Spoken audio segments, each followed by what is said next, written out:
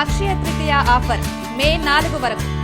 ఎంత బంగారం కొంటే అంత వెండి ఫ్రీ. పప్పు తయారు చేసే విధానం ఒక్కొక్కరికి ఒక్కోలా ఉంటుంది. అయితే పప్పులో పసుపు, ఉప్పు సాధారణ పదార్థాలు. కానీ పప్పు ధాన్యాలకు వీటిని ఎప్పుడు జోడించాలో నిర్దిష్ట సమయం ఉంది. లేకపోతే పప్పు రుచి, పోషక విలువలు తగ్గిపోతాయి. పప్పు సహజ క్రిమినాశక మందు. ఇది కర్క్యూమిన్ అనే పదార్థాన్ని కలిగి ఉంటుంది. శరీరంలో మంటను తగ్గించి రోగనిరోధక శక్తిని పెంచడంలో సహాయపడుతుంది. పసుపు పప్పులో వేసేటప్పుడు, పప్పు మరిగేటప్పుడు జోడించడం మంచిది. దీనివల్ల పసుపు ఔషధ గుణాలు పప్పులో పూర్తిగా కలిసిపోతాయి. ఉప్పు విషయానికొస్తే పప్పు వండడానికి ముందు లేదా ప్రారంభ దశలో ఉప్పు వేస్తే అవి గట్టిపడతాయి. దానివల్ల వండడానికి ఎక్కువ సమయం పడుతుంది.